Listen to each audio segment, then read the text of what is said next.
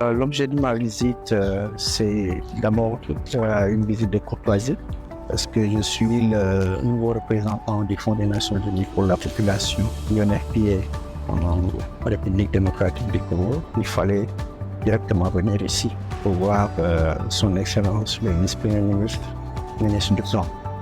On s'est bien entendu sur les questions les plus importantes que le pays a. Le Fonds des Nations Unies pour la population met l'accent sur les questions qui touchent à la dignité de la personne humaine, les questions qui touchent les préoccupations des populations, même si on peut décliner en essayant de voir les différentes composantes de la population, cela veut dire les jeunes, les femmes et la population en général.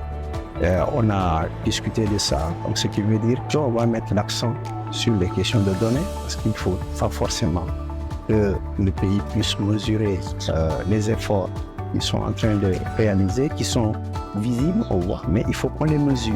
Pour pouvoir les mesurer, il faut que la base soit solide en termes d'informations, de données, de statistiques.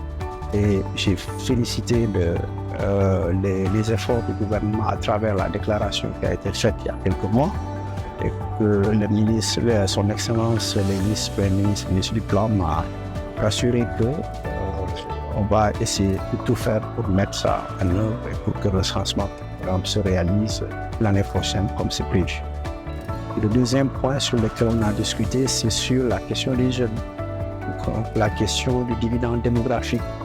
La RDC est un pays qui a une population très jeune.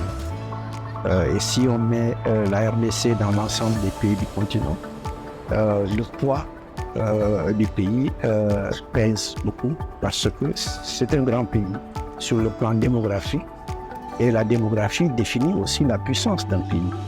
Donc forcément, il faut qu'on fasse en sorte que le pays ait une population très jeune, mais une population de qualité.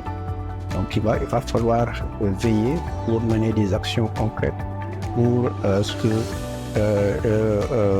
ce capital humain, si on peut le dire, soit de qualité, comme je viens de le dire, mais que ces jeunes-là réalisent leur potentiel et contribuent à l'effort du développement économique et social du pays.